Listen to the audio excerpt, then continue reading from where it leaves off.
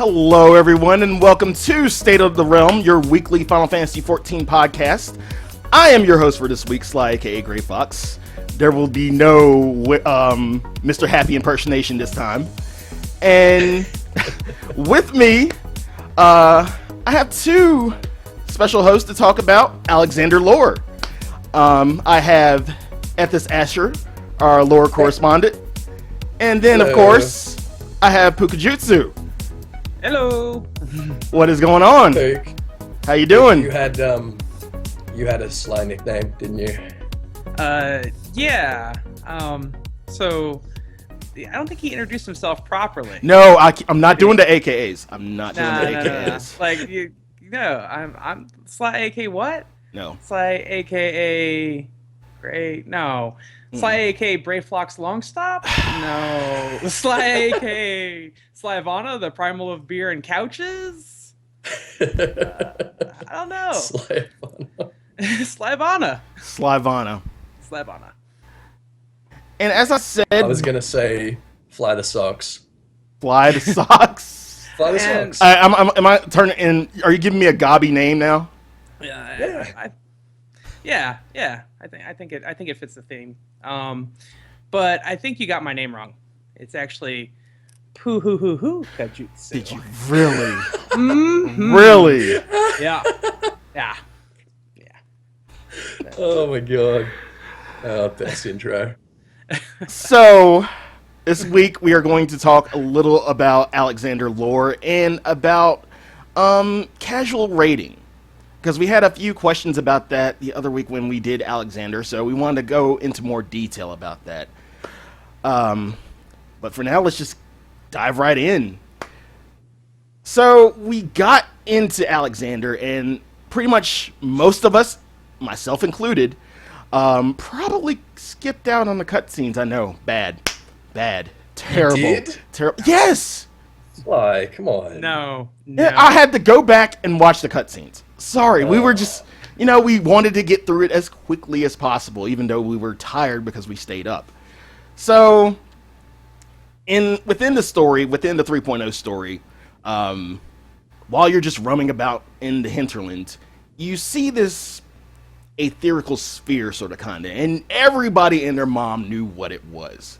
But we really didn't get the full scope of it until after you completed 3.0 and you saw the cutscene in the end where Alexander sort of rises out of the ground. And then we have this thing with Y'shtola where she calculated that once it's fully operational, Alexander will drain the hinterlands of Aether and leave it a lifeless husk within a few moons. So that's not that far off. A few moons shouldn't be that far off. And if it's allowed to walk free, the same will be said of Hydaelyn.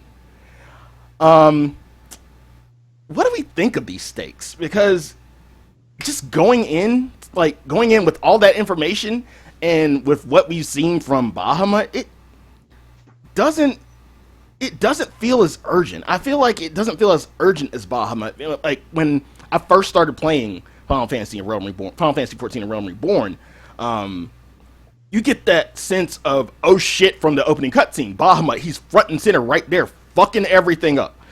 It was Bahamut who the Garleans were preparing for. That's why they had Ultima. For now, it just seems like no one really gives a shit but Cid and Mide and the goblins. I mean, what do we think about that? Ethys? Yeah, I think you sort of nailed it there. We didn't see the context. We didn't see what this thing is actually capable of. And we can know it like intellectually. We can have someone tell us, oh, it's going to drain the world. We don't know what that looks like. And I don't know. It's something about that, and it's something about the fact that the goblins are just kind of silly, I was gonna say that I think that like even the initial response to it is kind of silly. Cid is just like, that's a primal, not a toy. Like, sure, he's kind of there front and center now, helping with it, but it's just like it seems like they're just kind of, for lack of a better term, half-assedly approaching it. Like, oh yeah, this is gonna be a threat, maybe, sort of, but we can go poke at it, right? it's not quite the same as holy crap, everything was just completely just decimated by Bahamut in his rage. It's yeah, we should probably look into that, or we might have to move somewhere. But I don't know. It has the same potential though. Like It does. it has that same potential to pretty much fuck everything up. Why is this just something on the side? I mean, another thing that I'll get into a little bit later is, I kind of feel at home, like in terms of Coil and any major like raid wide, like side quest, quote unquote, because that's essentially what Coil was. It was in-game raid. It was in-game, like, even though it was a little bit part of the story, it was in-game. And I kind of, like, it doesn't feel right without Alizé. With Alizé, you knew, like, it was urgent. Like, when the Braves are in there, the Crystal Braves, aka the Scions, quote unquote, it felt urgent. And now, like, it's just, she's not there. And again, we'll get into that later. I'll get into that later, but yeah, it just doesn't feel as urgent. Do you think that having Alizé with us in Alexander would raise the stakes a bit? Yes, I actually do. That's interesting. I absolutely do, because I don't know. Maybe there was more, like, maybe that was kind of a family thing with Bahamut, since, Louis Slyh dealt with it before Alphino and Alizé. And just here we just have Sid. Yeah, I think it's the connection to Louis Slyh there that makes it feel a little bit more like it's being taken a little bit more seriously, because it's already woven in to another part of the story, whereas Alexander and Maid or Mide, or I'm pretty sure it's just Maid, whatever her name is just this new person that we have nothing to go on with, but that of course is its own mystery. We have Sid. Yeah, we got Sid, but I would really like to see some kind of impact from Alexander on the outside world, other than the hand just sitting there. Right. I think we need that. I think we need that to escalate. And we know that it's going to slowly rise out of the water, but are we going to see any other changes in the zone? Honestly, I think in future patches, and this is what I'm hoping, wishful thinking, is that they kind of involve Alexander within the main story, because in 2.0, Bahamut was a looming threat. He was a part of he wasn't really a part of the main story, but he was there. He was present. People talked about him. In 3.0, we really didn't have anything with Alexander in the main story. It was just the whole dealing with Thoradin, the whole dealing with the Dravanian Horde, Nidhogg. Alexander wasn't even an issue until now. And I can see that, I understand that he was kind of still beneath the ground, beneath the sea, quote unquote. But now that he's out, I would love to see a little bit more involvement with him in story. We don't have the Knights 12 anymore. We don't have the Knights of the Round. We don't have Thoradin. We still have to deal with Nidhogg, but there's still this giant mech that we have to deal with. Like, are we just going to ignore this? Yeah, some reference to him would be nice. Or at least if there was something, I mean, even in the library or something, if we'd seen some mention to him, just some kind of background, some kind of lead-in, I feel like it would have felt a bit more substantial. A bit more natural. Yeah, exactly. Yeah, well, I see what you mean. So, we get to Sid, and Sid tells us that the Illuminati are responsible, aka the goblins. So we go to get Brayflox, because Brayflox dealt with the Illuminati in the past, right? And then, of course, because we got Sid, we got Biggs and Wedge. So we had Wedge got a Illuminati link pearl transmission. He believes that decoding it will provide a way into the hatch, which is down at the bottom of the lake. It's right at the bottom of the lake. We just couldn't go in it until it was unlocked by Square Enix. And after hearing that round rocks might have the type of crystal that the Illuminati used to encode their messages, we borrowed this glowstone.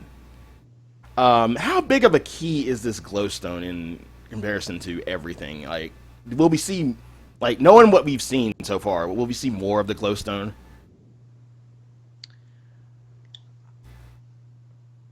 Pook, what do you think? I think that we're going to, like, I think the Illuminati are going to get their hands on it in the next set of floors. Like, I think that it's definitely, it's a bigger part of everything, and I think that well, if we I don't want to jump too far ahead of where we're at right now, but the glowstone is definitely the plot device of the moment. Like, it's part of this all happened, what, like, we find out it happened, what, three years ago. Someone or something tried to summon Alexander before and failed. And Round Rocks actually got the glowstone then. Yeah, this is what was left behind. Yeah. Yeah. And she thought it was just this pretty thing that she's been keeping all this time, but now suddenly everyone's after it. Everyone wants a piece of it. The Illuminati want it. It's the thing that sort of brings Mind to us. It all comes back to this Illuminati, the Enigma Codex, rather. Right, the Enigma Codex. So, Wedge finally decodes the message. But he's still unable to make sense of it. That's when we see Maid, the quote-unquote treasure hunter, who offers to solve the puzzle for us if she's allowed to join our expedition. And she's looking for a particular piece within Alexander. What's her angle? Because we have the Illuminati, and we now have Maid, who's sort of a wild card. What's her angle, and what the fuck is up with the scar? Because every now and then she touches that scar, and it's kind of, I don't know if it's like a memento. Every now and then, every time she opens her mouth, she touches the scar. It's like, did you notice I have a scar? This might be important to the story. Did you notice this? Oh my god. Have you read Harry Potter? Have you read Harry Potter? I have a scar. I have a scar, guys. I have a scar. But yeah, what's her angle? What do we think her angle is? Well, what I think is really interesting, once we get in there, as soon as we defeat the oppressor, we see Quick Think's all thoughts, and she instantly recognizes him. And he instantly knows what she is after, and he basically says what it is you're after. It's not here. It's not anywhere in Gordius. And then one of his henchmen mentions the Enigma Codex and the Alexander Initiative, to which Quick Thinks sort of implies that he's going to be punished before Maid shoots at them and blows up just a bunch of goblins, and we escape. So it's interesting that she has some kind of history with Quick Thinks, and that they seem to be on a sort of first name basis. Pook? I don't trust her. I just don't know why. I just don't trust her. Like, I'm, like, the idea of the treasure hunter that's only there for only their gain, and they'll help us as long as they can get to it, is okay. I mean, it kind of almost led to a tentative agreement to work with Nero back in the Crystal Tower story, in a way. It was just like, well, don't get in our way, and we'll go ahead and let you go with us, sort of. But I think too much in these stories. I really feel like she's after what the Illuminati has for her own reasons. And they're after the glowstone for their own reasons. But I think the problem is that she is just going to tag along long enough to get whatever she needs from the Enigma Codex, and then it's going to just either bail with it or be revealed to be a threat bigger than the silly Illuminati. Yeah. Do you think might be that big a threat? I actually think that she could be a part of it. I honestly think that we are way too trusting of somebody we know nothing about, who's just like, oh yeah, I know all these things and I'm connected to all these things. Do you? Like, the immediate recognition, you've already been here, you've already messed around with this, and now you're just tagging along with us. Possibly she came up against the Illuminati and lost before, and she is a good person, but I don't know. It just kind of rubs me the wrong way, of like, is this really supposed to be our Alexander Alizé, or is it something else? And see, that's the main difference with me. I felt like Alizé was the person we could trust. Like, Maid, I don't know. She's just a wild card to me. I don't trust her. I'm in total agreement with you, Pook. I just don't trust her at all. I think once she actually gets what she came for, and eventually she will get it.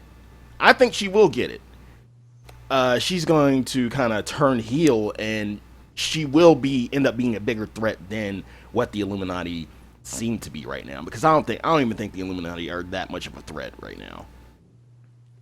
Yeah, so after regrouping, we pushed through all the waves of enemies in the Cuff of the Father, and Sid catches up, and questions Mid about the Enigma Codex.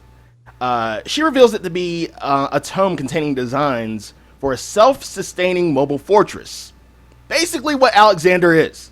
Like, that's what it is. It's kind of I want to call it a lifeless automaton, because that's what it is. It doesn't have a personality. It doesn't, it's not like the other primals. It's just a self-sustaining fortress. I don't think it really has a mind of its own yet. Yeah. Yet. I'm sitting here thinking that this is what it would be if it wasn't the primal of what it was supposed to be. So the Illuminati already studied and venerated to the point where they could summon a primal in its image. Sid's confused. Basically, I am too. Everyone's confused. I'm confused. Given that the Illuminati found a way in before everybody else could, the Illuminati found a way in through the shield. We had to wait until kind of the foot was at the edge of the lake. We had to wait. So he kind of concludes that there has to be a spy in Idleshire. That Brayflox, maybe? That if they, well, yeah. Well, basically, we're getting these encoded messages going out, right? Mm-hmm. Which is telling us the combination for the door, which the Illuminati don't actually need to use. So Sid's sort of thinking about this, and why would they be putting out encoded instructions to get into the door? And he concludes, well, there must be some kind of spy in Idleshire. So we basically start monitoring this door, and we see Brayflox going in. And we see Brayflox going in dressed up in that Illuminati garb. And it's something that was really kind of just shrugged off, just sort of swept over pretty quickly, is that Brayflox is this spy. And Brayflox is this one that's been fighting the Illuminati, that we've been, working with her to keep them from getting her cheese and all that. And suddenly she's working for them or with them. What do we think of that? What's going on there? I honestly think it's a double agent deal. Like, yeah. I wanted Brayflox to be good. Like, I was rooting for Brayflox. I think she's still good. I think she's still good. She goes in there and they just shoot her dead. Yeah. Yeah. Apparently, this is what you do to somebody that satisfies you, or whatever they say. Yeah. Yeah. Well, what's apparently happened is that she's told Quick Thinks the location of this missing piece, which we found out later to be the glowstone, and then he's shot her dead.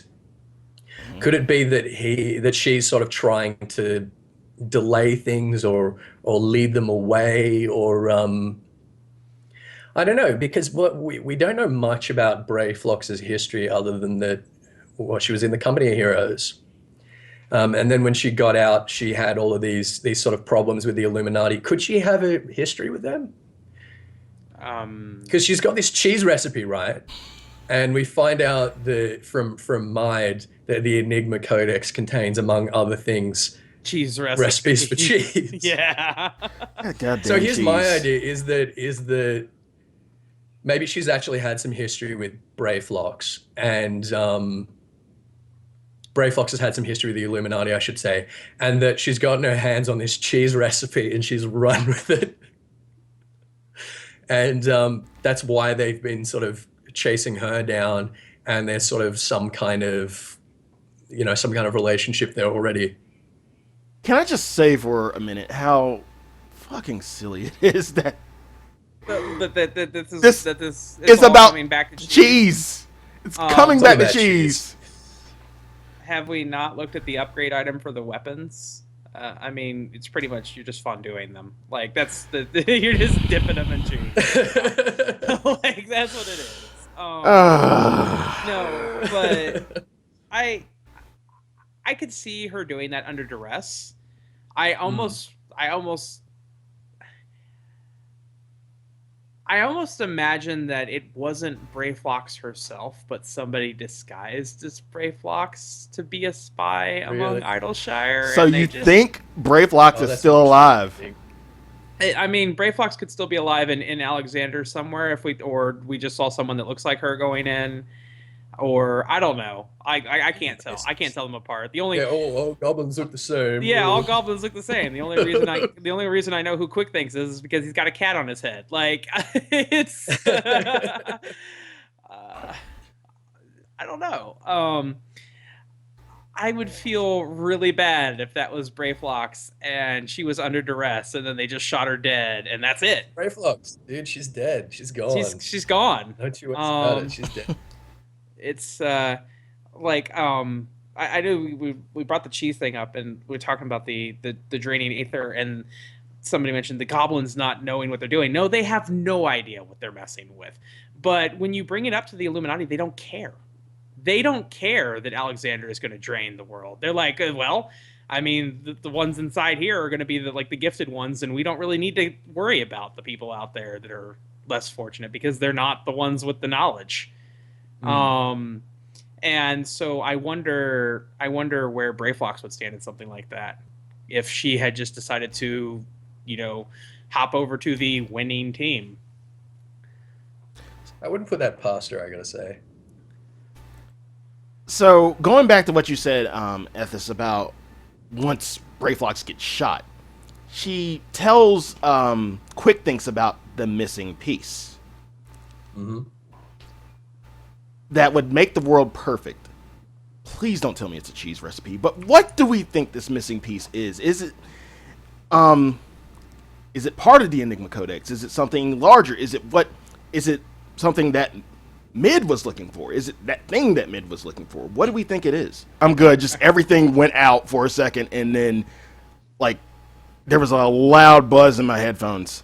Yeah, I couldn't even hear Ethys. Like I saw Ethys going on and on and on Yeah. about something and absolutely no audio. And I'm like, what the? Sorry about that, guys. Had some technical difficulties. It's kind of going ham in Raleigh right now, and it's storming.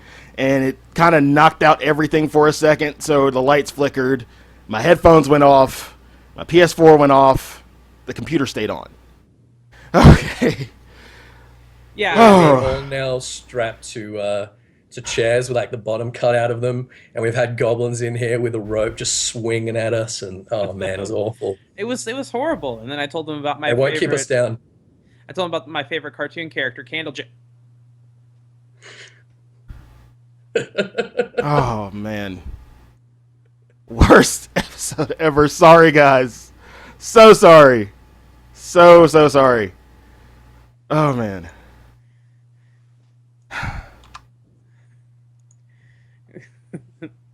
Just give it 1 sec, guys. I just got to reset everything. I'll be right back. Sorry.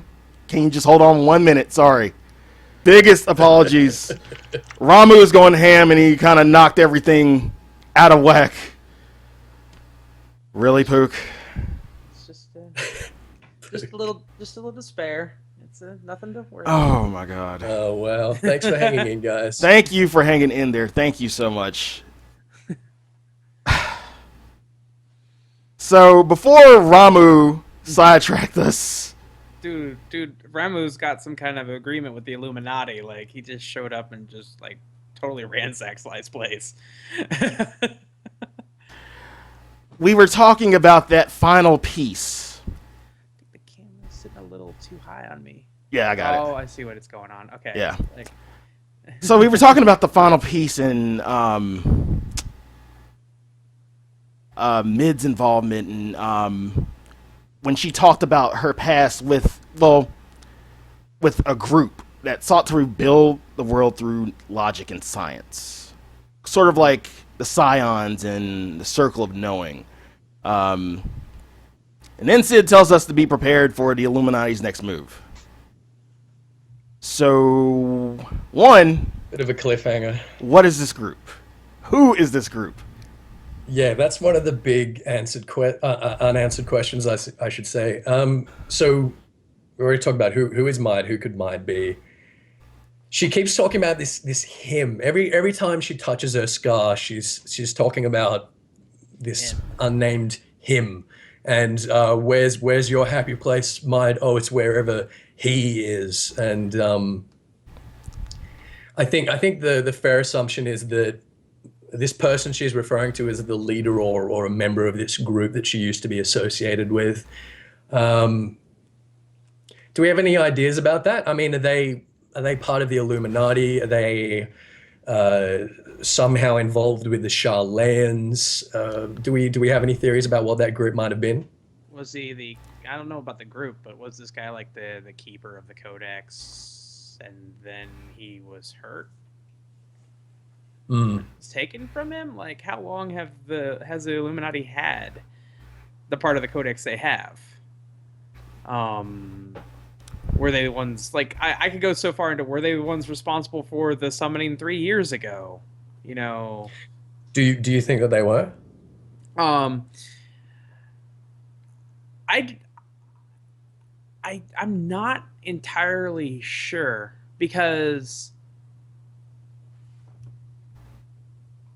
I'm not sure, like, I'm not actually sure. I'd love to commit to something, but they left this open, and I'm like, I want to see it going so many different ways. But this group of people put together this book with the greatest achievements, and they're like, let's just we're calling it a book because they call it a codex, but I mean, it could be a rock. It could be a stone tablet with 10. Never mind. It could be Maid's group. It feels very Sharlayan, considering where it's at and what the people there were. Yeah. So I think you're getting there. So since we're talking Sharlayan, do you think we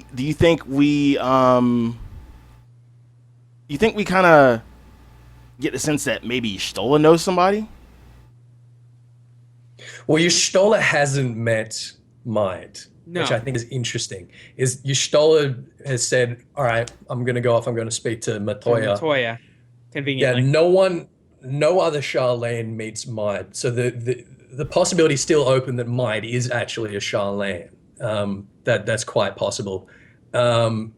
She might have even stolen the Codex from the Sharlayan, something like that. This isn't the first time that the Sharlayans had some really interesting, powerful tool locked away in a book. I mean, that was in the main scenario for the ethereal ram that we used to get into Azaz Law. We had to go get a book. Yeah, and the Tupsamati is another thing that's just absolutely ridiculous. Pook, I asked you a kind of unfair question when I asked whether you thought the goblins were the people who tried to summon it previously. They weren't. We know that Round Rock's witnessed it. We witnessed 3 Right. years ago, the land split open, this sort of thing started to rise out, and then it stopped, and we can see the ruins there in the Forelands before the Illuminati summon him. And this big ethereal shield appears. Now, she says that Uplanders left the That's glowstone behind. right. Uplanders. Uplanders are what the goblins and some of the other beast races refer to the sort of spoken Eorzean. races. Yeah, the Eorzean sort of civilized races. So it can't have been goblins. It has to have been one of, I don't know. I think it might have been maybe some Sharlayans who were hanging around.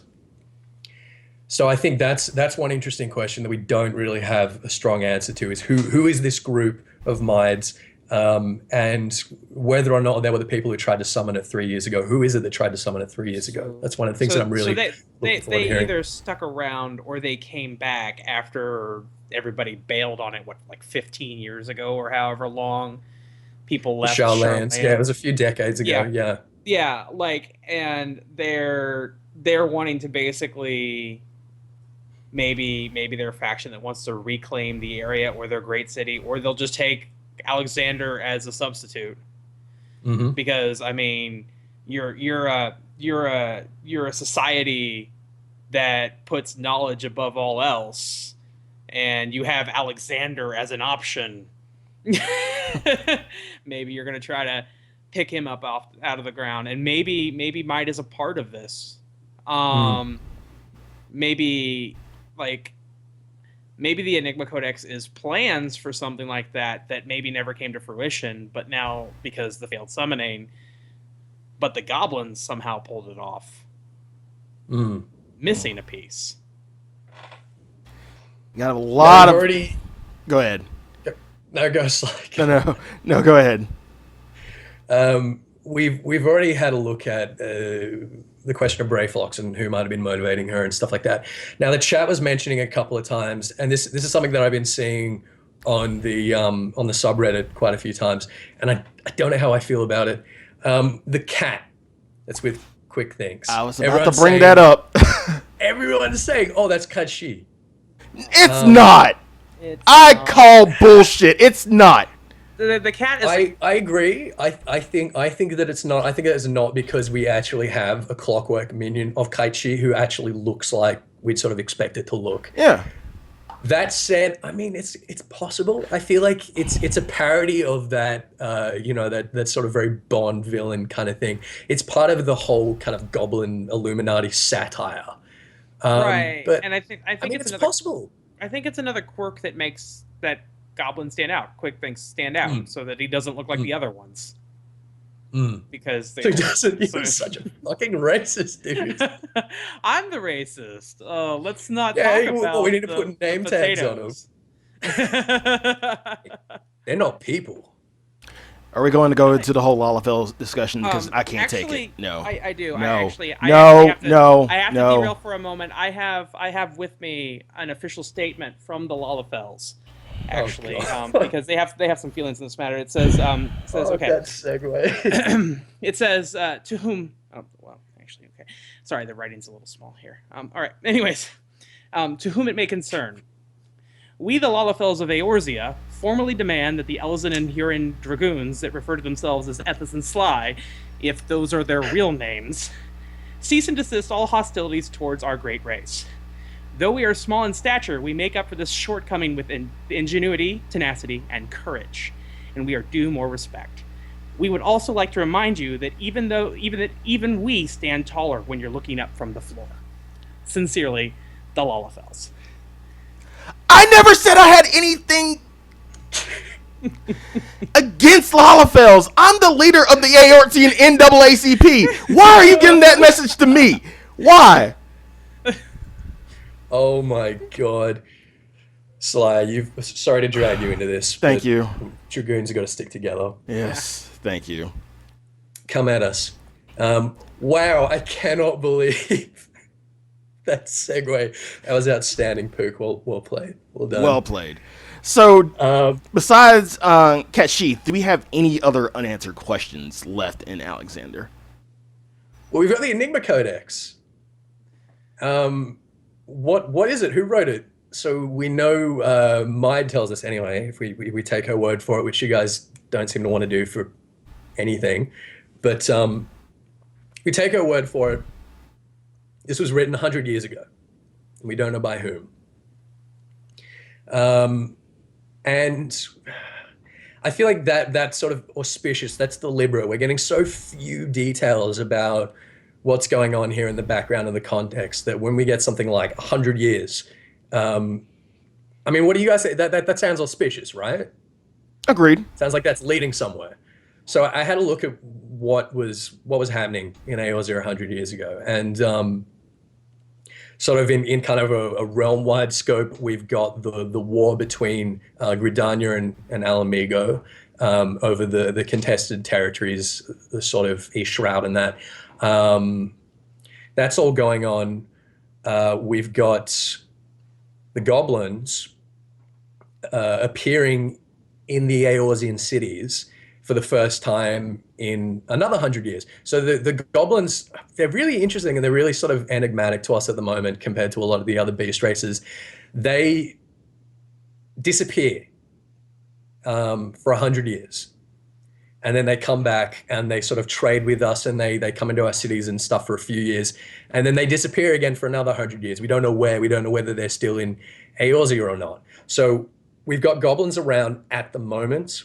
But the last time they were around, in between this century long hiatus, was around the time that the Codex was being written. And this makes me think that that they were sort of hearing of the Codex, and the Codex might have been like some big thing in like Sharlayan or wherever it was that it was being written 100 years ago. And they're sort of hearing about it, and they're hearing about all these wondrous things.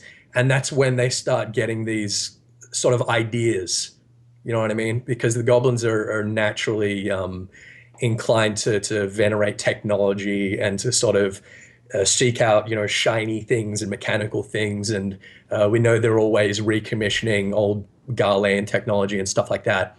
So that would have been the first time that they'd heard of it.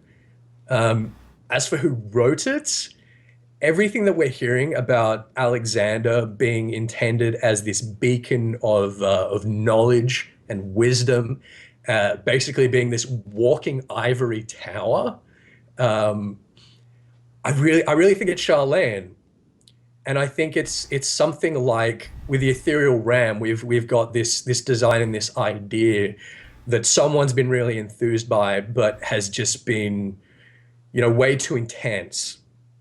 And the Sharlayan Council has looked at this Alexander and gone, no way. If that falls into the wrong hands, that's really, really bad news. And then we get various splinter groups who want to pursue it, like the Illuminati and like whatever group that Maid is related to.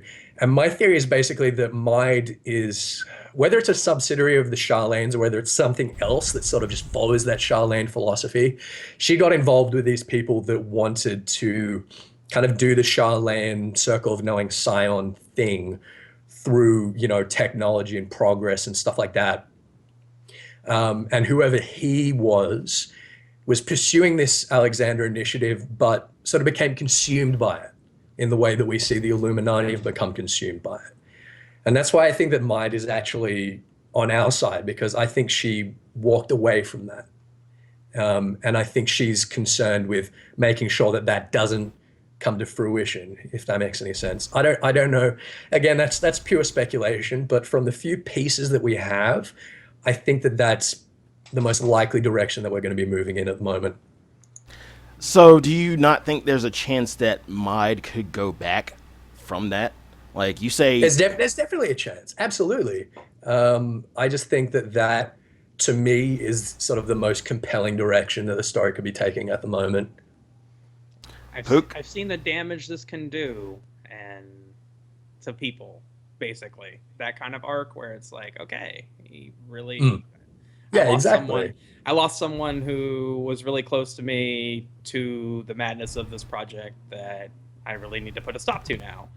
Yeah, and that's a compelling story, isn't it? Yeah, it is. It really is. And I think we're talking about it escalating. We're talking about it getting out of the Illuminati's hands. My suspicion is that whoever he is going to show up and is going to basically take it out of the goblins' hands, is going to start running the show, is going to know something that they don't, is going to get his hands on this final piece. And it's going to be someone else that we're having to deal with once we've dealt with the Illuminati. A lot of stuff to kind of speculate. Yeah, lots of room for speculation. But one thing Alexander. One thing I want to play around with a little bit was going back to the Enigma Codex. Right. So we know from the Enigma Codex, it contained much more than plans for Alexander, aka Cheese. Mm-hmm. So, from a personal standpoint for each of us, what do we think the Enigma Codex could tell us personally? Ethys, I'll start with you. We were talking about this the other day. So again, the Enigma Codex is like, it's kind of like an encyclopedia of life hacks, right? Mm-hmm. And that anything you could possibly want to know, any sort of master recipes or whatever, it's in there. And I couldn't get my mind off the live letter the other night. And I was thinking, if any Eorzean adventurer got this thing in their hands, they'd be instantly going to the index and they'd be going to, all right, machinist rotations. How do I machinist? How do I bard? Tell me how to drink Enigma Codex. Enigma Codex, give me a macro so I never have to do anything for myself. Pook. Oh yeah. I mean that's probably like the first thing they'd go for. But as for what I'd go for, I honestly think that I would love if the book could just tell me how to convince Square Enix to put in true cross-realm queuing. give me cross-server queues, give me cross-server friends list. Like the secret to convincing them to give us that. Basically telling you how to create some kind of interdimensional wormhole to other Eorzean instances to queue with you. Maybe to tell me where to put PvP keybinds on a bard. That's a good one. 3 bars are already full. Oh, God. Sly, what do you got? How to make a good token system. I think it would tell bards how to use wanderers. Warden's Pain. It would tell bards how to use Warden's Pain. How to turn off ballad. How to turn off ballad. How do you turn off ballad? Oh my God. Enigma Codex, where do I store my glamour gear? So we've kind of digested the lore of Alexander. Any final thoughts? I think we've squeezed pretty much as we can out of Alex at the moment. Pook? I look forward to the Illuminati basically getting wiped out in the next wing and the true evil stepping up. That's my final thought. And I'm looking forward to seeing a lot more of Maud and what she has to bring to a table. And I'm really just waiting to see her turn heel and do the evil laugh whenever she gets what she pretty much sought after. So I'm waiting for that. Do you think she's going to get the walking into fire shot? You think she's going to get the Sephiroth shot? Because everyone else has had it. She won't get the Sephiroth Nails shot. had it. Gaius has had it. She won't get that much. I was really hoping that Quick Thinks would get it, because that would be fucking hilarious. Just turning his head. Like we down a floor, we explode, like some of the goblins explode, there's a fire left behind, and he just kind of turns. Yeah. That would be awesome. That'd be pretty cool. So the next part that we wanted to discuss was something that in episode 20 a lot of people had questions about. Raiding casually. Now this is going to be a really hot topic since Alexander Savage is out today. You have a lot of people who have statics, have FCs that are going in right now. But some people are casual raiders. They don't have the static. They might not have the time to set up the static, the time to kind of devote to, raiding so-and-so hours or every so-and-so nights a week. So, the first issue was going back to that. Like, why? Are these serious kind of barriers to raiding casually? And should they be? Are the difficulties involved in raiding successfully overstated by the community? Are there places like Reddit, the subreddits, and like Guildworks and other community hubs that are scaring people away from doing, high-level raids like Alexander? Yeah, so it's this idea that that casual players. So if I'm a casual player, I've only got, let's say, 2 or 3 nights a week to play for a couple of hours at a time. All of these community places, I'm not sure if it varies kind of server to server, but definitely on places like the subreddit and stuff, it's really easy to walk away with this idea that is just not doable. It's not realistic for someone who considers themselves a casual to be getting into this raiding content. And a lot of people didn't even attempt COD. They didn't get into it, and I think that was a real shame. So we've all had experiences of kind of going through this and trying to approach raid content more casually, or at least without a static at one point or another. And I think it's a really interesting, important conversation to have. Sly, you pugged all the way, right, from turn 1 to turn 12. Yes. Is that right? That's correct. Was it as difficult as you would have expected before you started it? There were hurdles. I'll admit there were hurdles just to, going in by yourself or just finding random groups. That's the challenge in itself, because every group you have to kind of, remesh with. You kind of have to get a sense of what they do, how they feel. Then of course you have those hurdles like, turn 5, turn 9, turn 12. And I got really lucky with turn 12 because I just went in training, and eventually got it. It took a matter of maybe an hour or so, just learning to fight with new people. And then we went out to repair and then went back in and cleared it. It's difficult. It's very difficult, especially when you reach those top tier hurdles, like T5, T9, T12, and then eventually T13. People have made a life of pugging. Some people live off of it. That's the only thing they do, and they've been successful. Most people aren't going to have that type of success. I would stress, if anything, if you can't, you can't. But, try to find, going through, pugging does actually help you find a good group of people. This is an MMO. You're going to make friends regardless of what you do. In anything you do, you're going to meet new people and make new friends. Through pugging, I eventually found my static.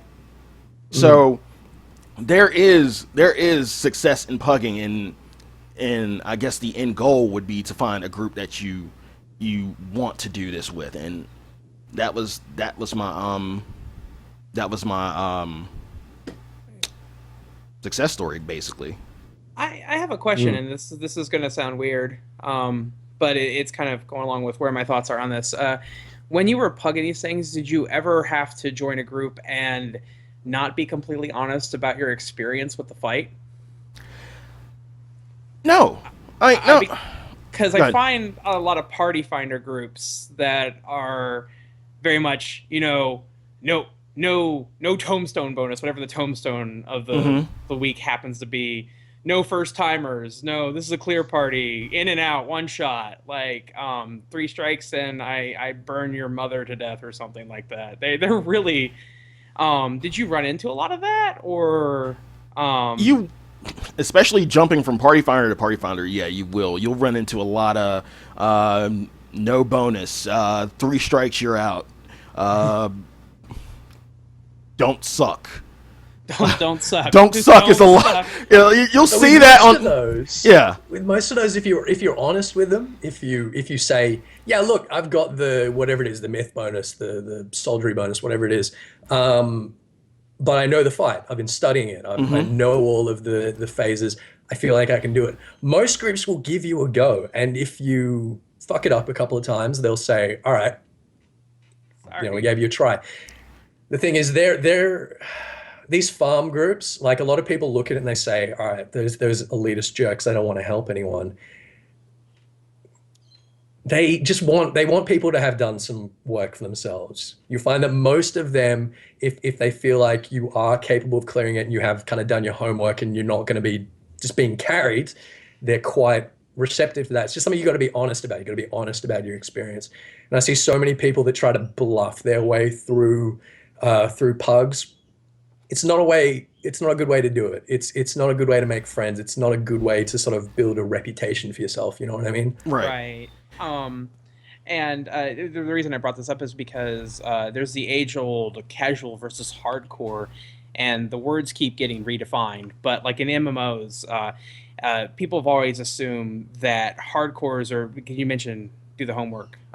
People that consider themselves casual are people that might view themselves as, I can't play on a schedule, or I don't want to play on a schedule, because they immediately assume that the hardcore raiders are the people that are in there for like 8 hours a day, 5 days a week. Yeah, the really super hardcore people are in Savage right now, and they've been in Savage since it was released, and they're still going to be in Savage. That does happen, but I've found that the truly hardcore players play the game a lot less than the casual players do. They get on, they do their raid, they hop back off. And I've always thought that there's this fear of a time investment. And yeah, it does take some time, but it's not an extreme time investment. Oh, I've got to go spend hours looking up Dragoon guides and watching these videos and then practicing my rotation on the dummy before a group will even consider taking me into floor 1. And it's not actually like that with people. But there is a perception that that's what people expect from you. And I think that's actually one of the barriers of getting casual players into raids is that perception that if I don't there's a lot of myths. There's a lot of myths that are sort of blocking people from getting into it. Sly, I was meaning to ask you, because this is a really interesting one to me. I feel like when you're playing with a group for a long time and you get to know everyone really well, everything just sort of becomes instinct. You know, everything's just sort of motor memory. My experiences from pugging anyway, I feel like you sort of have to focus a lot more on what everyone around you is doing. Right. So do you think that you learned things from pugging for that period of time that you would not have learnt with a static? I think a little bit. It just kind of teaches you. Well, I think any content, like not even in-game content, can teach you that, because you essentially, the DF is like pug home, and you were doing a lot of dungeons, just to get to in-game content. You were just pugging. You kind of learned the hard way, even though you really don't like dungeons. You really don't care about in terms of in the grand scope of things, which is in game, but you kind of learn the hard way, how to deal with other people, how to deal with bad situations, aka one person fucking up like a lot. And you're gonna get that in pugs. You're gonna get a few pugs where it's just not going right, and you see like a person or a group of people, doing the same thing, not progressing, just more than likely regressing. So the key word is trust. It teaches you trust. Like, you really... You were saying... No, fuck up. You were saying just last week, I don't trust anyone with the drops. I don't trust anyone to deal with mechanics for me. fuck them. Come on, dude. I mean, but it is. You Like, learn to trust people that you're pugging with. eventually, you have to, like, because if you don't, I see what you mean. Yeah. if you don't, you're not. It's the objective's not going to be completed. You're not going to clear anything if you don't trust. I mean, like, there are certain mechanics in certain fight that kind of hinge on that trust, and if you don't, you know, you kind of go off and do your own thing. You go off in your own tangent. It could probably fuck everybody up. So, in the end, it is about trust, and with the static, those are people you trust. These are people I trust with my life. I trust my fucking tank. I trust my freaking light mage. I trust my ninja. I trust everybody. Like that, and that's a key word in any kind of, you know, in-game content is trust. I guess on the flip side of that is that when you're in a static and you're trusting people, you often have sort of certain people that are learning and dealing with certain mechanics and are making calls. And you can trust them to do that. You can trust them to yell at you, hey, you need to get over there, and you'll do it. You'll get over there. And I find, at least with the people that I've raided with in statics, a lot of the time you get people that just cruise because someone else has learned the mechanics and someone else is making the calls. Someone is making the calls for them. Yeah. Yeah. But when you're pugging, you need to take responsibility for everything. And yeah, I mean, you need to trust that someone can heal you. You need to trust that you can keep DPSing and someone can, you know, deal with a particular mechanic or whatever. But at the same time, you need to be aware of your surroundings in a way that you might be able to slide through when you're in a static. So I guess I feel like even if you're in a static, going and pugging the fights that you're doing is a really good way to learn the fights, and it's a really good way to sort of improve the way that you play. And I wouldn't be surprised if a lot of raiders who purely pug because they're sort of afraid of statics or they're confronting some of these myths or whatever, you're probably just as good, if not a better player than most of the people who are in statics, I guess is the point I'm trying to get at there. Now, Pook, you're building a static at the moment, right? Yes, I'm building a static. Had a static before Heaven's Word that we ran into the issue of we had a mix of players that had very different goals as for what we were as a static. And it wasn't like so, oh my god, I can't raid with this person anymore. It's that I really want to keep going in. Like, I feel like we're getting this fight. I want to be back in tomorrow, and I want to be back in the day after. And we had people that either couldn't do that or were not in it for more than the 2 nights a week that we were scheduled for. Which is another thing that comes up with another one of those fears of statics of, like, I'm not going to have the time to do it. Statics are crazy. They're raiding all the damn time. But so I'm currently in the process now of building a new static for my free company, which is an interesting process because now I have to actually start pulling people from outside of the free company when before we've always had sufficient people there.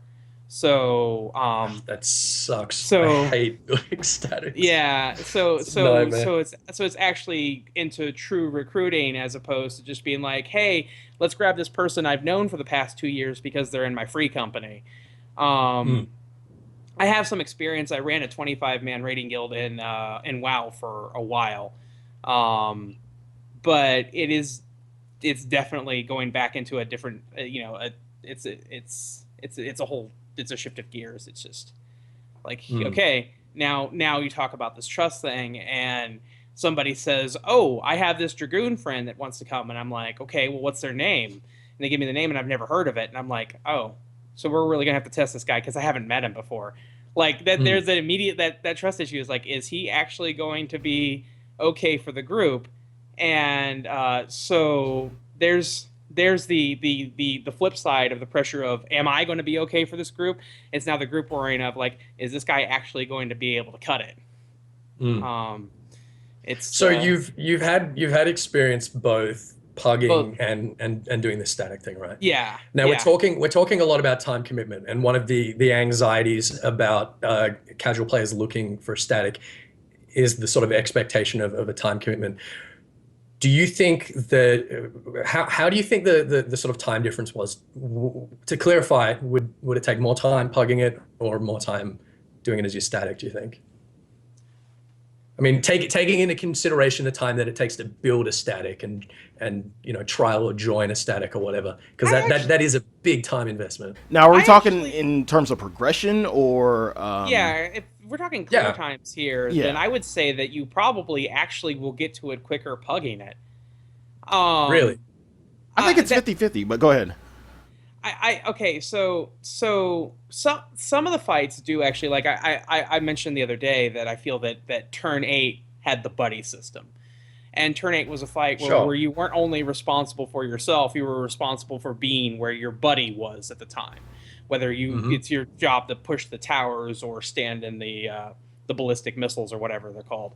And that's something that you might not have so easily with a group of random people. You see it in like Ravana Extreme, where people kind of instinctively dodge certain mechanics in one direction, and you're running with somebody else and they don't know which direction that you tend to dodge in, and they're running right next to you. So I think that if you invest the time to build a static, you benefit from the familiarity with each other's play styles, and you do kind of also get the people that coast because somebody's calling out and there's the familiarity. That person knows the fight, and that person is kind of helping everybody else by calling what mechanics they know are problem mechanics. This one's coming, make sure you're doing your thing. But I think it takes longer to get to that point, which can be successful, than it does for a single person to hop into a pug group and get enough practice that way. I don't know. It's weird. I can't really say why I would think pugging it would be quicker. Luck. What do you think, Sly? I say it's 50-50. There will be some instances where you're fortunate to, get a party who kind of gets on one accord, or what I've noticed in some pugs is that you usually have one person to kind of step up and explain everything, because these are in the case of Ravana, these are people that a lot of people do it differently. A lot of people do it way differently, and I experienced it like with a few members of my static, and like a couple of people we kind of didn't know. We just went in and people did it differently, and we had to step back and kind of explain everything, our method of doing it, because getting into like a pug with 7 different people that you don't know, you're going to get like 7 people doing their own thing probably. Some of it might be a little stepping on each other's toes definitely. Some of it might seem similar. Some of you might do the same thing. Some of you might do something different. So in terms of success rate, it's pretty much 50-50. Prime example, I pugged, like I said, all through 12. Turn 8, like, I was having a lot of trouble with turn 8, and some groups did progress, some groups didn't. Eventually, there was this one group that was just on one accord. It was one person who took the time to kind of explain everything. Who doesn't know what? Raise your hand, say something, use your words, and people. But quite often you have someone that's like trying to hide, and they don't know what they're doing, and they won't speak up because they're afraid that they're going to get their head bitten off. Yeah, but it goes back to the beginning of what you were saying. Like with those people, it's all about honesty. You have to be honest. Exactly. If you're going in a pug or even in a static, be honest. Speak up and if you've say. Never been in there before. You gotta say it. Yeah, you gotta just speak up and say, I don't know this mechanic. I got into certain percentage. I don't know the rest. And, we'll kind of, like, the party will kind of fill in. Communities for this. Yeah. I didn't mean to interrupt there. I'm sorry. No, you're good. You're good. I feel like that's a really important point to speak up about it. Because I was going to say that, like, I think I know why I think the pugging might be a little quicker for an individual floor turn, whatever you're going for.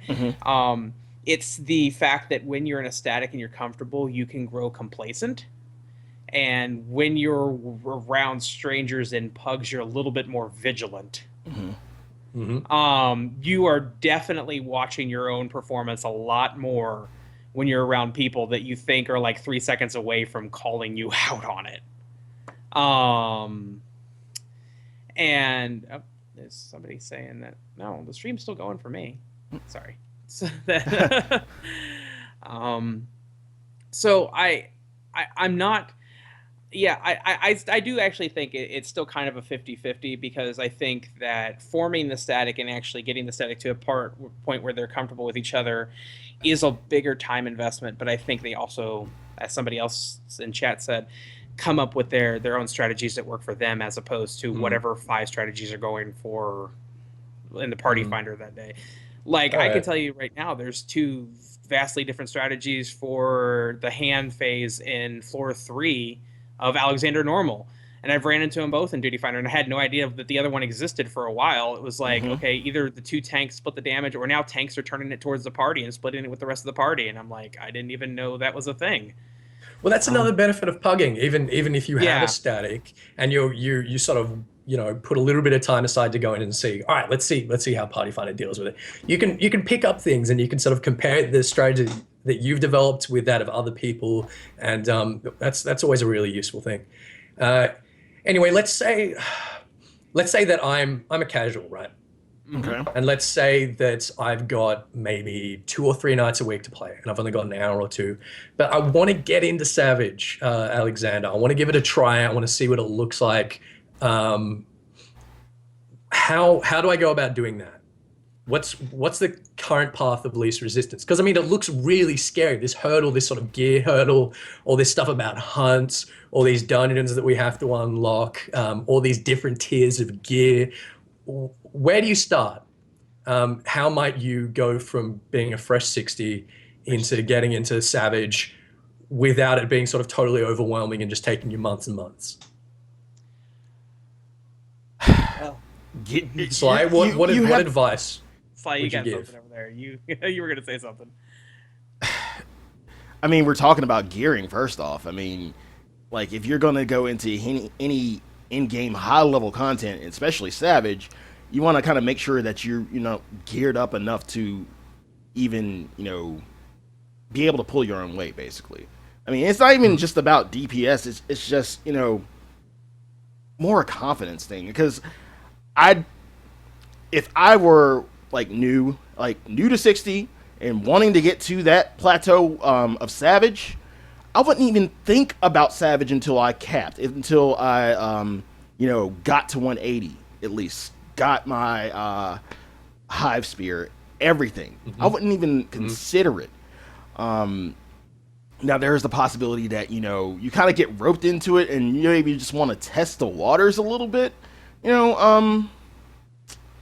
At least be close. I mean, really the main thing, it all comes back to gear. It really all comes back to gear. Because I don't think, and now, in terms of now, compared to maybe, a month or 2 off from now, we're not, people aren't going to really start testing to see, oh, can I do this at 160 or can I do this at 170 until, they kind of, get the mechanics worked out. That's pretty much a top FC, top rating static kind of thing to kind of test the waters, but you're not going to do that beforehand. So definitely try to at least get geared.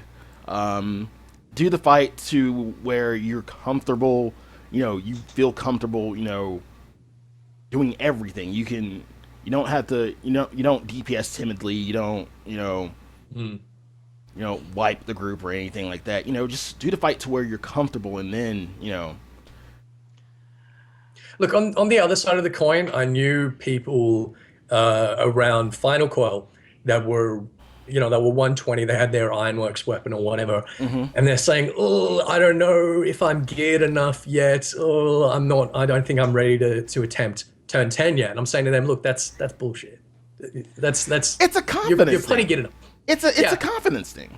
So I guess my question for you would be, say I'm looking at myself, I'm saying, Sly, am I geared enough to do Savage right now? What eye level do you think that you would have to be before you personally would say, yeah, all right, I feel confident going in, at least giving it a shot? We got some people in the chat saying 185. I mean, yeah, 185, 186, that might be like the average eye level you need for the party to sort of realistically clear it.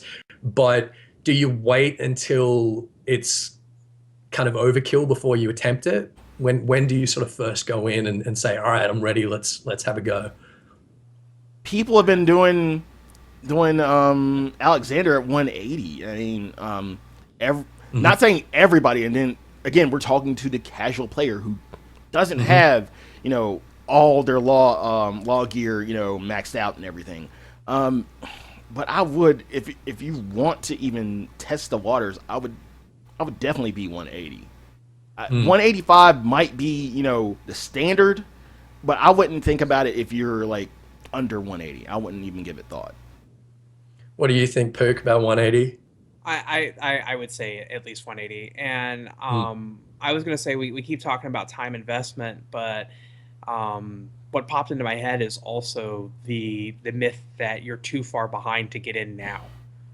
Like, obviously, Savage just released today, so if you're ready by today, then you're probably not the quote-unquote casual player that only plays for like an hour or 2 hours a day. If you're at the point where you can actually get through the meat grinder that is FFXIV. That being said, if you were fresh 60, you don't have to worry about getting into Savage tomorrow. Trust me, by the time that you get your gear, there will still be other groups that are just starting up, just trying to get the progression.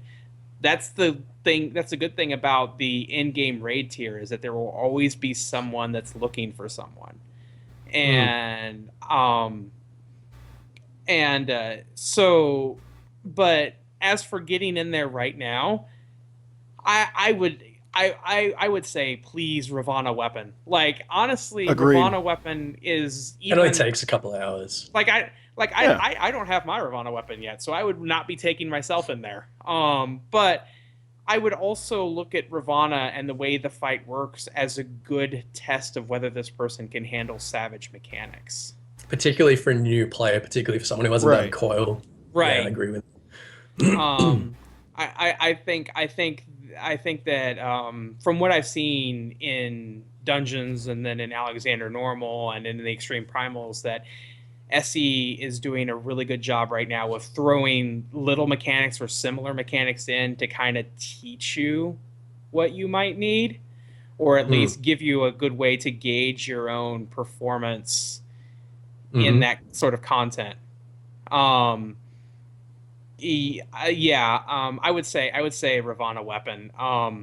And the gear should be a no-brainer now, because it pretty much is along the logical path of progression now. It's kind of like right there. Like, if you take your 2 hours, just say you've got 2 hours and you invested into just running your roulettes, you've got law raining from the sky. You're swimming in it like Scrooge McDuck. Like, go. Well, that's the thing. That's the thing. And you made an interesting point. I'd like to chase that thread. That if you're fresh 60, you're sitting in Idleshire, you're still in like library gear, and you're looking at all of these hundreds of people running around with their Ravana weapons in like the full law gear, and you're going, holy shit, how do I get there? That's terrifying. There's no way I'm going to get there. What is the most time efficient, again, for this casual player who's only got a couple of hours for a couple of nights a week? What's the most time efficient way for them to gear up at the moment? I would probably say do your dailies. First things first, get that law. Do your daily hunts. Because doing dailies and doing daily hunts, I do it probably every day. Probably about an hour. That's probably an hour of time. Because like, I do a trial, I do expert, and then I do high level. Well, that's probably 60 minutes right there. So let me kind of scale it back. I'd probably say about hour and a half. Basically, if you have the knowledge, do your daily hunting, because I cheat in terms of hunts. I don't know where everything is. I need that fucking hunt page. So yeah, the hunt page is really handy. It comes in handy. So I'm gonna get that law, those seals, and then that will probably be my day in terms of getting prepared for in-game content. Now, to kind of go back to what we were saying in terms of the time aspect, in terms of actually raiding, if you're going to kind of dedicate maybe an hour or two to raiding, it's possible, but I just don't think it's feasible. Because for example, you're going to pretty much focus on one floor of Alex, and you have that much time. I mean, if you clear it, good, move on. But a lot of people are going to spend that hour or so in that turn or in that floor. And if you're just regressing, it's an hour wasted. So part of me says, use your time wisely, but the other part says, in-game raiding does take time. It does take time. It does take effort. There will be a lot of headache. And for you to kind of limit yourself to that much time, if you have that much time, do what you can. But honestly, I think it's a double-edged sword. I will say that it's extremely difficult to work with that kind of time frame. My old statics raid schedule was 2 hours a night, 2 nights a week, and we ended up getting 2 turn 12. We didn't get 12 down. We got 2 turn 12, but you could definitely see where it put pressure on. Okay, we've got 10 down. We should be able to do 10 in one shot now. Because if you don't do 10 in one shot, you're eating into any kind of learning time you have on 11. Period. So I would say that the path of it really is about more efficient time use than it is about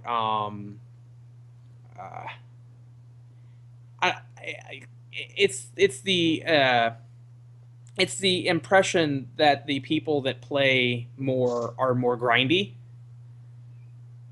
When I think probably that if you play less, you need to be more grindy because you need to accomplish more in a shorter period of time. That makes sense. I also feel like it's about your attitude. If you've got a lot of hours to play, you can get in there and you just go through the motions and you're being fairly apathetic.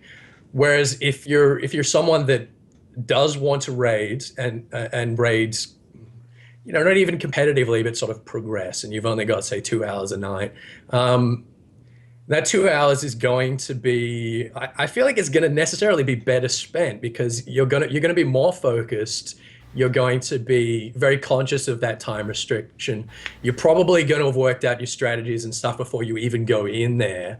I don't think it's necessarily a barrier. I mean, yeah, having more time is better, but I really don't think people should be scared if they have that kind of schedule where they can only do 2 hours, 2 nights a week. There are groups that do that. There are groups that do that very successfully. In fact, I know groups that have raid schedules like that clear shit way before people who hit it for 5 or 6 hours at a time, just because they're not using their time effectively. But the whole issue is, does it put a pressure? Does it put unnecessary pressure on people to not fuck up and make sure that our time is spent wisely? Does it put pressure on some people to I really need to be at the top of my game? Yeah, you do get all the things like, okay, we've only got 2 hours. That means we are pulling at the start, at the top of this hour, at the start of raid time is first pull.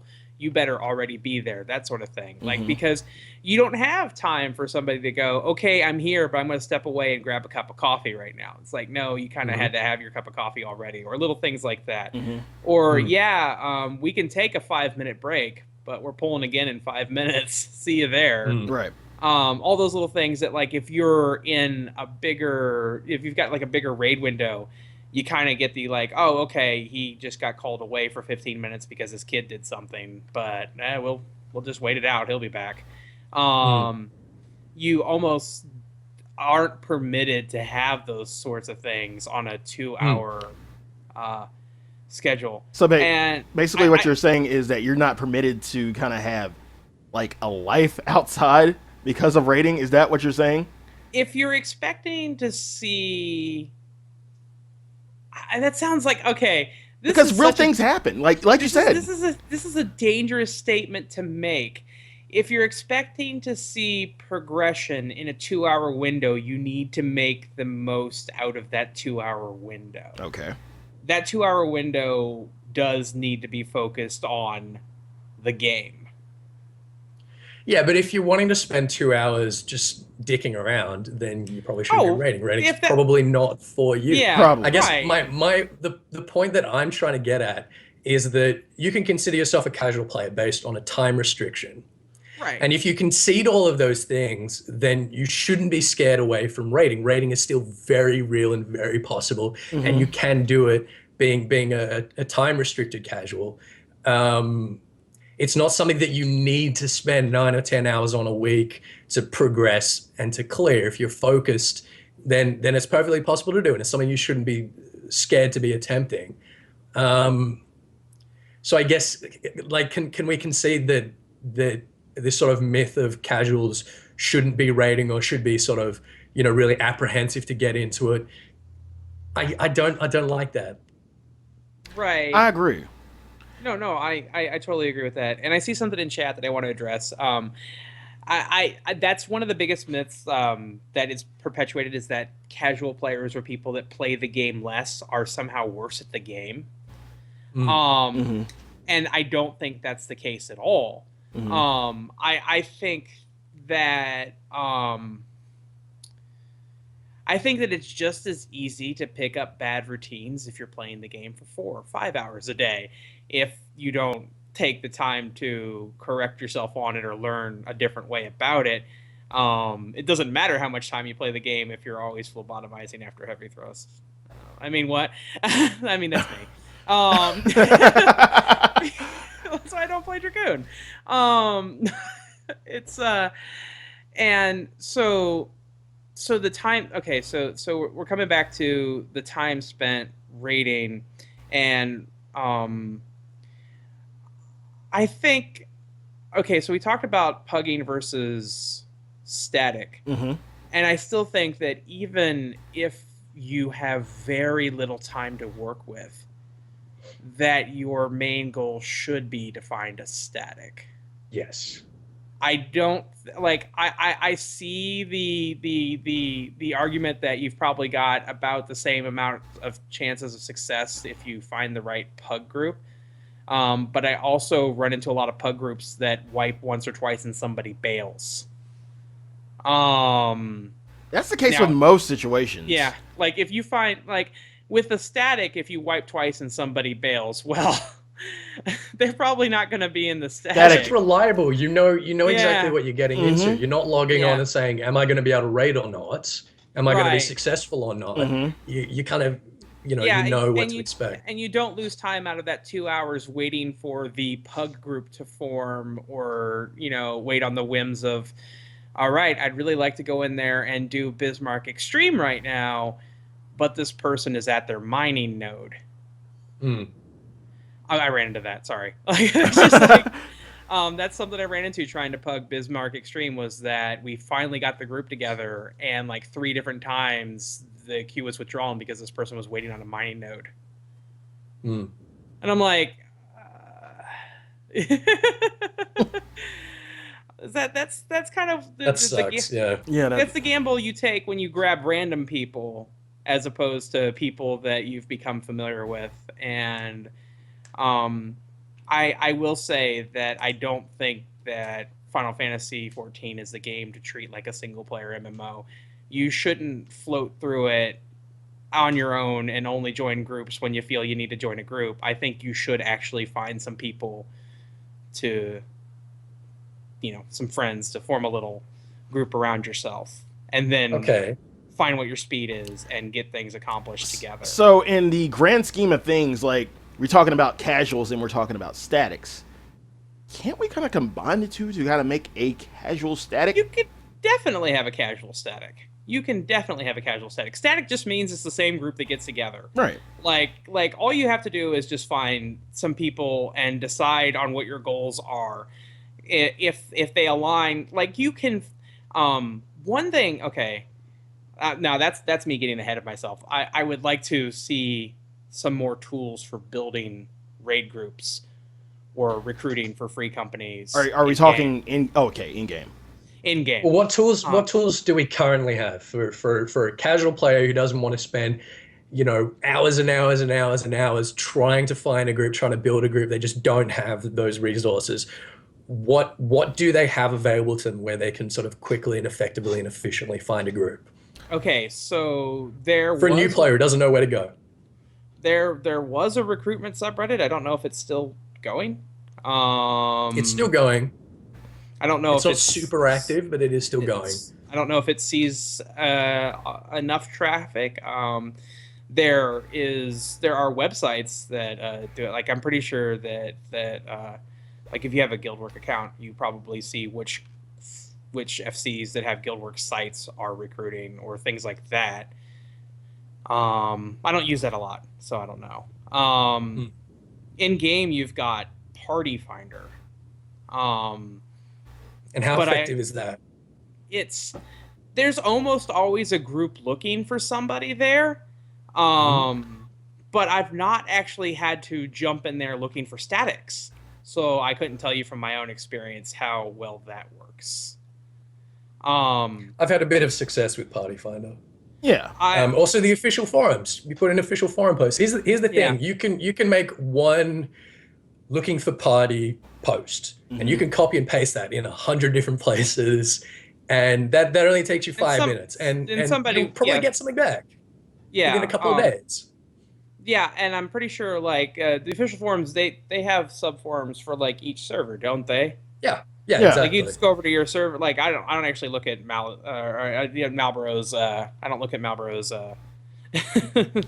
forum all that often, but I imagine that they probably have posts there. Yeah, they do. I would. Same with Behemoth. I would like to see a tool in game for more long-term matchmaking, as it were, like an actual guild recruitment board where free companies can throw up we're looking for X. But we kind of have that, don't we? Yeah, we have that already. We have that if you go to right-click somebody and view their profile, view their company profile. But imagine a board you could go to where you could search for, I'm looking for free companies that are accepting people under these criteria. I think you got that function on the lodestone. But he's talking in-game, though. In-game would be cool. I agree with that. Yeah, that would definitely be cool. Link shells would be a good thing, too. Like, I actually used to have a rating link shell back in T5 days. No, forums are great, too. But I think there should be an in-game version of that function. Social media is another good outlet.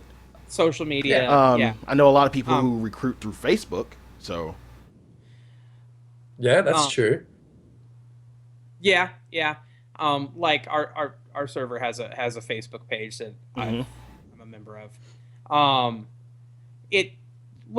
Okay, so I see some like a comment like it should not be in Party Finder. I mean, that's kind of what Party Finder's for too. But I would really, really like to see something in game, because something in game is going to be a little bit more immediate, probably more readily updated or taken down if it's not needed anymore. A forum post might be a little slow to receive a response. Be cool to be like, okay, I sent in this application and this free company responded to me via an in-game mail. Next time I log in, oh look, I've got it, that sort of thing. But I mean, there are tools that exist already for it. But I would like to see some of those in addition to some in-game stuff. That's just me personally. We keep talking about this our sort of imaginary casual player here, as in, someone's working full time and they know, all right, I've got 2 hours here, I've got 1 hour there, I've got 2 hours here, whatever. Let's talk about kind of another kind of casual, maybe someone who is working like shift work or something, and they can't commit to a static because they don't know what kind of times they're going to be available or whatever week by week. What are their options? Can they still raid? If we're talking maybe one night a week, are we talking that kind of schedule where maybe they don't? No, someone who's got similar hours, but they're not consistent. They're sort of, maybe they'll have Thursday night off one week, maybe it'll be Wednesday night another week. They've got the same kind of hours as the other type of casual, but they're not reliable. And I've played with people who have had sort of schedules like this, and it's difficult. It's definitely difficult, but should they be scared of getting into the more difficult rating stuff? I don't think they shouldn't. I think they shouldn't. Going back to what Pook said, link shells probably would be the best avenue for that person. Like if you have a link shell, you have a bunch of people who probably play at different times. Some maybe more consistent than others, but you'll have at least someone there to help you. And that just basically depends on like how well you recruit for that link shell or how many people you put in that link shell.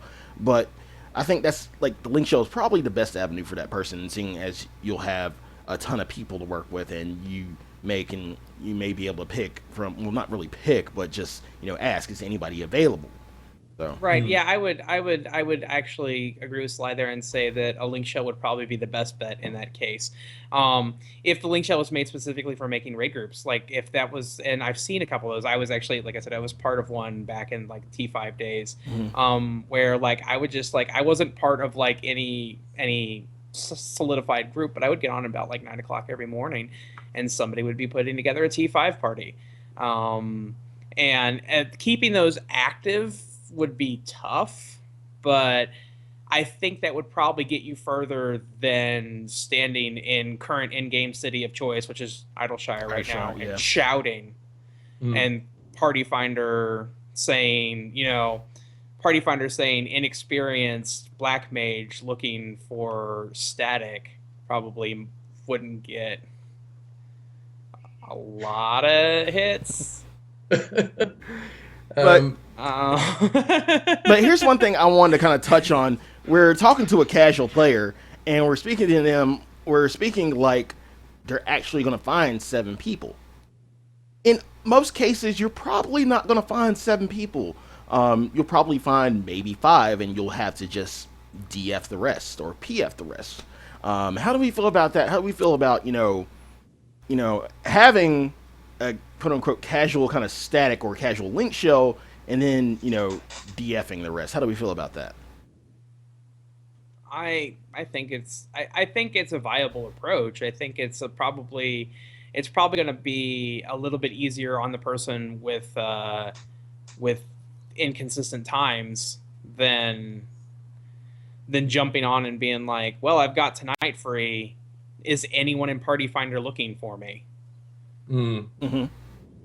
I think if you've got one of everything, if you've got a DPS and if you have to pug a DPS, and that DPS can pull them aside and say, hey, mate, you want to deal with this and this and this that way. And the same thing for healers, same thing for tanks. If the people that are the sort of regular static members are active, and they can sort of take an interest in the people that are pugging, and just take a couple of minutes sort of telling them, how the play's going. Yeah, that's perfectly realistic as well. A static doesn't need to be 8 people necessarily to be able to get in and raid consistently. So that's an interesting point as well. There was one that I wanted to go back on, and this is a little bit touchy, but I've known a few people whose major barrier to raiding is almost a kind of anxiety. It's the pressure that's being put on me. It's the expectations that other people have on me. It's the fact that I'm being scrutinized. It's the fact that someone is constantly like passing my DPS and sort of judging me. There's the fact that I have to sort of, communicate on TeamSpeak or Mumble with people and stuff like that. I guess I'm wondering if any of you guys have known anyone or have personally had those kind of insecurities or anxieties about, raiding with a group, about having to rely on other people or having other people rely on you. Sly, I get the feeling that you, when you're with a new group or whatever, it takes you quite a while to sort of build that trust with people. Mm-hmm. I guess for someone who's in that position, for someone who's having some kind of anxieties that are blocking them from doing a static and doing this kind of content, what advice would you give them? What sort of coping mechanisms could there be for them? In terms of confidence?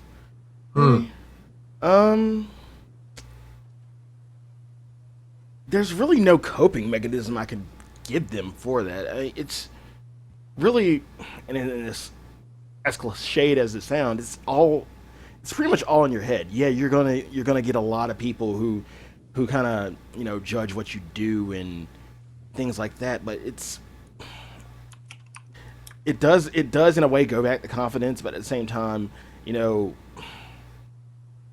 kind of have to look at it from both sides. You're gonna have the quote unquote elitists who judge your every move, think they're better than you, and think you're not pulling your weight.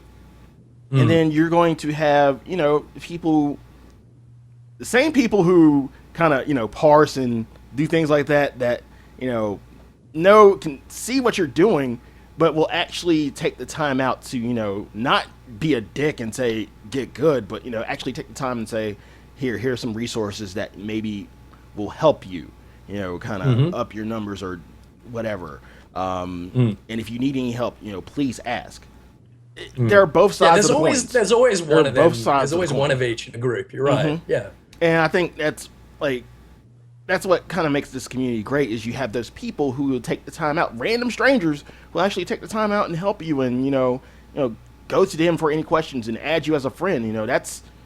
That's kind of the sense of what an MMO is. It's a community coming together, a community kind of helping uplift someone in confidence, whether it's in confidence or it's skill or whatever. But I think they're both sides of the coin, so it's really all in the head in terms of confidence, but it does help to have good people in the community to help you. What do you think, Pook? Any strategies?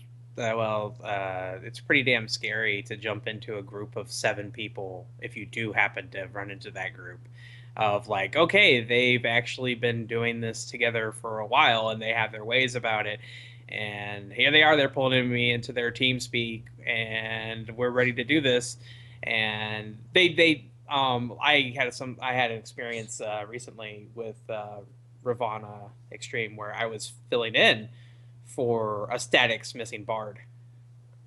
And, it's like immediately like, come to our team speak. You get in there and they're all immediately friendly and wanting to be chatty and stuff. And I'm just like, it's a bit intimidating.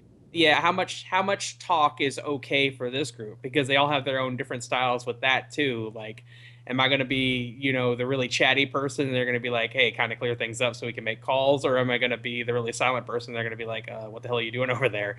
And then you get in there and you're worried that like, if I make the mistakes, all 7 people are going to see these mistakes. Like, because they're gonna know how the fight goes when they do it normally, and they're going to see the odd person out not following the dance exactly the way they do it.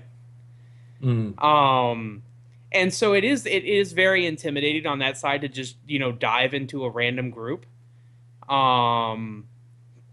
But I don't think I've ever had an experience like that where I've come out of it feeling like I screwed up or they wanted me gone with any group. Like, it's funny because you're afraid that they're immediately going to think those things. And then you almost never run into a group that's like, oh yeah, get the hell out of here. The most I've seen from the other side of it is just like, sorry, this isn't working out. And that's it. Like, it just kind of like, okay. But even that is pretty, that's bitter. That's pretty hard to, it's pretty harsh to take. That hurts. It's harsh to take. It really is. But it's never the level of, you get this impression from certain places in the community that they're going to say a lot worse than, sorry, this isn't working out right now.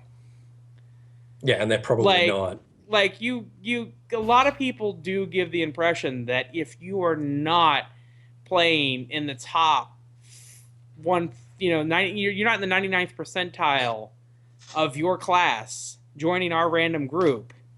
Well, we've got these torches and pitchforks, and they've got your name on them. And it's never that. I've run into that actually more in 4-man dungeons than I've ever ran into it in a raid. Really? Ever. I'll agree with that. Yeah. Yeah, I like agree with that. in Duty Finder 4-man match dungeons, I've seen some shit. Let's just say that. But I have almost never seen it in a raid environment. Even in Party Finder match groups, they tend to weed those people out pretty quickly. Your server starts to become aware of people that act like assholes in those groups. Right. And then you just don't see them in those groups anymore unless they're running them themselves. Now, I think I can talk a little bit to coping mechanisms. As I'm speaking to the chat here, and I'll be really interested to kind of hear your input, chat, and if anyone else kind of experiences this same thing. But I find that when I'm joining a new group, I always have this experience that if I'm doing something right, it's sort of a fluke. You know what I mean? And that I'm sort of convincing people that I'm better than I am, and at some point they're gonna realize that I'm actually the dead weight and I'm dragging everyone else down, and that every time I'm sort of doing the right thing, it's just sort of perpetuating this kind of myth that I've created about myself, and I'm actually a shit player or whatever. This is a thing. It's actually really common in workplaces. The term for it is basically imposter syndrome, and I can guarantee you that people in the chat are empathizing with me, because studies have been done to show that something like 70% of people experience this in workplaces, but also in raiding situations. So if you're in there and you're thinking, oh, all of these 7 people are better than me, and they think I'm on their level, but I'm really not on their level, and they're going to work it out sooner or later that I'm shit. At least half of the group feel exactly the same way as you do. And I feel like you were saying, Sly, it's all in your head. All the confidence issues, they're all in your head. You can sort of partition them, you can suppress them, you can put them aside. And if you push through them and you work with a group enough times, you sort of relax into it and you get into it, and it really enriches your experience of the game.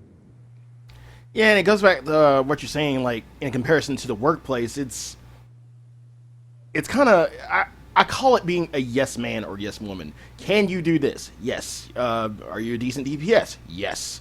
Can you work out mechanics? Yes. And you kind of get intimidated by like this barrage of, like, I guess, pressure that can come to going into a raid with like 7 people who know each other, and, you're filling in and you kind of feel it. So automatically in your head, you just go to, I can do this for you. I can do that. I can do this. Like, it. First off, there's a difference between being confident and like, being overconfident, yet being confident and knowing what exactly you can do. So it goes back to honesty, like honesty with yourself before, being honest with the group. Like, be honest with yourself and your limitations and what you can do, and then your honesty will show to whatever group you are in.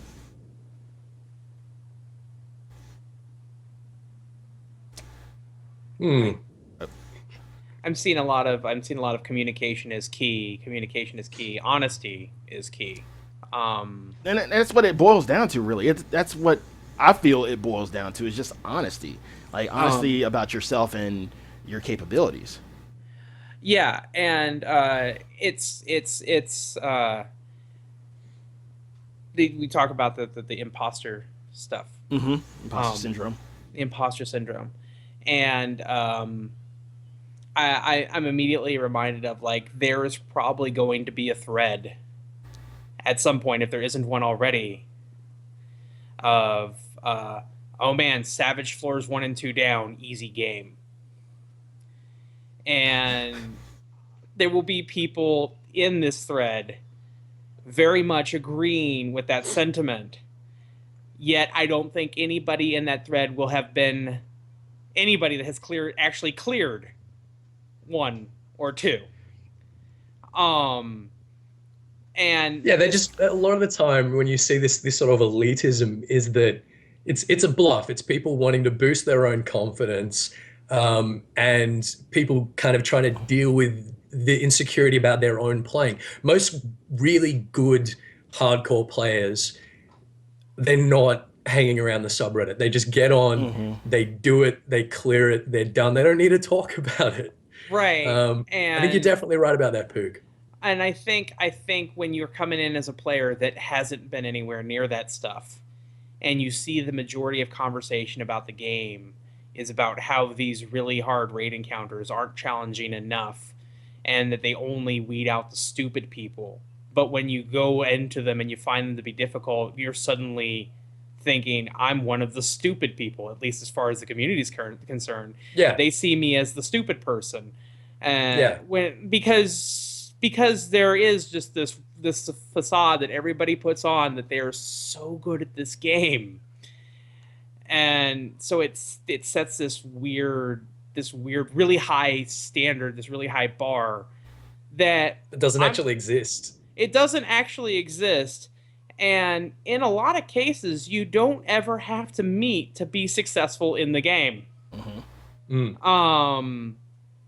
And so I think that's another barrier where the casual versus hardcore elitism comes from, and where people continue to think that hardcore equals elite. Is definitely in cases like that, where if people would just be a little bit more honest about where they are in the game, then maybe it would seem a little bit more welcoming to new players. Well, we took an interesting turn here, didn't we, Sly? Yeah, we did. A very sort of mellow and thoughtful state of the realm here. But it's like on the heels of, well, not really on the heels, of Alexander Savage coming out. It's necessary because this conversation is going to come up a lot in the next few days or I think week.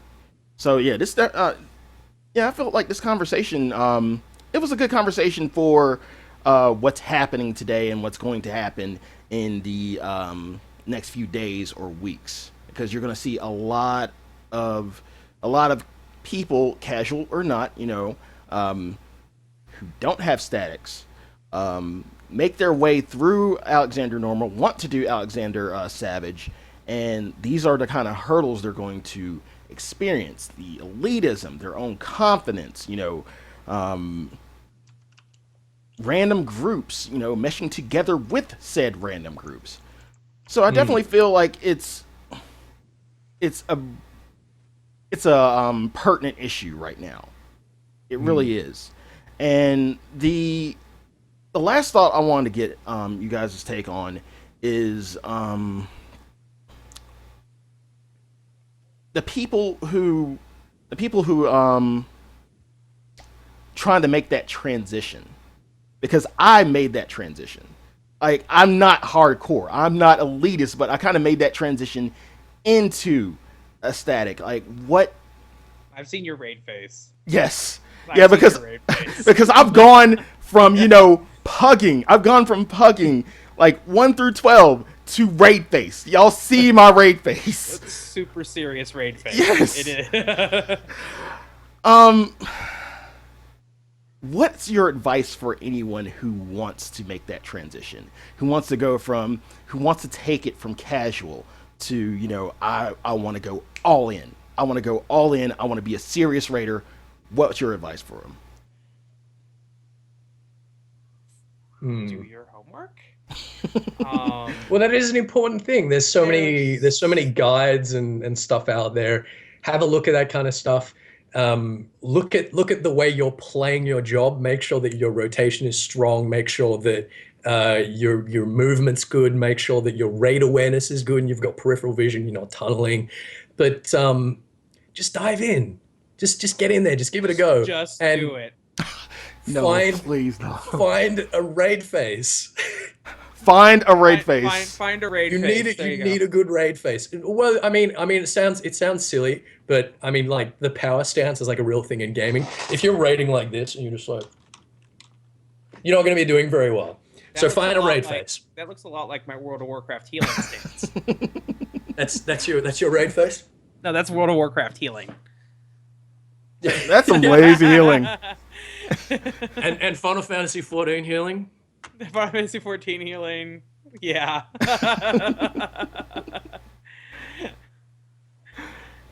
So you say find a raid face, like actually a legit raid face. Find a raid face. You know. Pook. I think actually that's a good way to put it. Find your raid face, because if there's anything that tells me that you're focused on what you're playing, Sly, that you're intent on progressing, that you are going to kill a motherfucking bug for your spear, it's that raid face. It is. You're putting yourself in that frame, yeah. You probably don't have any confidence issues in those moments. You found yourself confident in what you're doing, as long as because you found yourself focused, and it's jump in. You will. These fights look so intimidating from the outside. They really do. I looked at turn 13 when people were first downing it. I watched Miztek's guide when it came out, and I was like, I am never going to get this fight down. And then turn 13, it's a fucking cakewalk. Compared to 12, yeah. Oh my god, 13 is easy. And I talked myself out of it. Just do it. I hate to Thank say you, it. Shia LaBeouf. Thank you. Just shy at it. Just make an effort to talk to people. Find somebody that has your same style, whether it's time or play style or whatever it is, or somebody that tells funny jokes, or somebody that never says a damn word and mumble because it would annoy you if they talked, and just go. Show us your raid face. I don't have a raid face. Come on, Pook. You have to have a raid face. No, my raid face is a disappointed at look at Pundos, because he says I'm talking from a DPS point of view and I should shut it.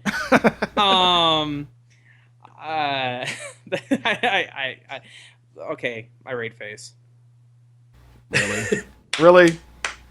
Are you going to like attach a rubber band to that, poke 2 holes in the eyes, and that's going to be your rope? That's your raid face right there. Yep. We're expecting to see that on stream. I mean, I play Bard. I don't really need much help. Heyo.